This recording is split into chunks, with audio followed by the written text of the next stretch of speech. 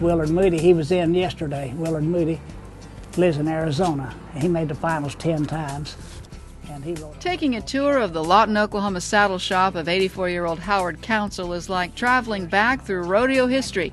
On these walls is the story of a lifetime spent handcrafting saddles for a who's who of champion calf ropers and their mounts. I remember the horses about as well as I remember. Someone said, what would you name a book if you wrote it? I said, I think it'd be Horses I Have Known. There's Roy there on Topper years ago, and here he is on Whit. There's Barry Burke, 1981. That horse there's called Bandit. He was roping horse of the year. And there's C.R. Boucher, the first world champion I ever made a saddle for. This year they voted Sweetness, roping horse of the year, that Clint's riding. And I had my saddle on him, of course.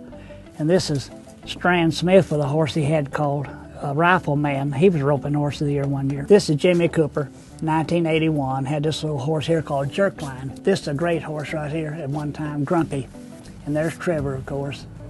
He's one of a kind. It's one of the last saddles I made for Trevor. I made it for a horse he had called Texaco. It might be quicker to name the champion tie-down horses and ropers for which Howard Council has not made saddles.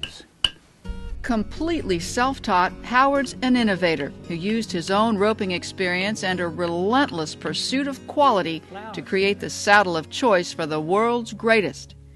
All the way I shaped the seats, the way I got the fenders hanging where they won't go back, and making them where you can ride a shorter seat, which I think is better. All of that I've come up on my own. I never did try to mimic anyone.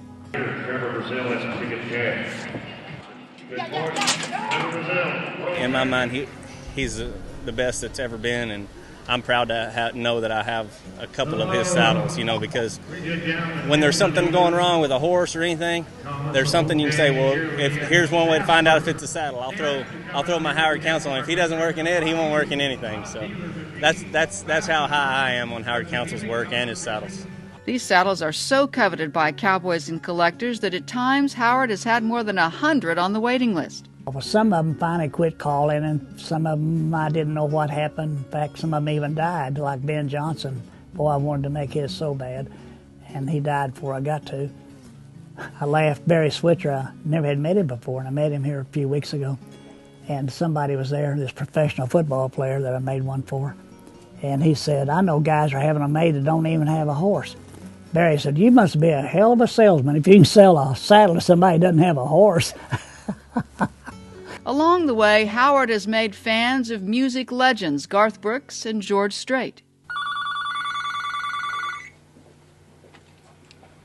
Council Saddle Shop.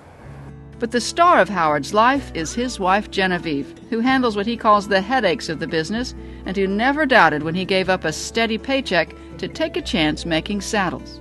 Instead of being discouraged, she encouraged me.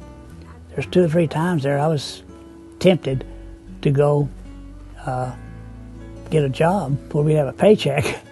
And she said, no, you keep going, do what you want to do. Well, she stood behind me. So I'm proud of that. If it hadn't been for her, I couldn't have done it. Their daughter Carol and her children and grandchildren have all played here in the shop. And to make a long story short, as Howard likes to say, it's been a great life, topped off now by the greatest honor he can imagine. I'm so happy right now with it. I still can't believe it. I can't believe it's happening. It's just been a pleasure knowing you and being able to ride your saddles. It's been an honor. So here's to Old Smoky, who taught a little Oklahoma boy to love horses and made cowboy history.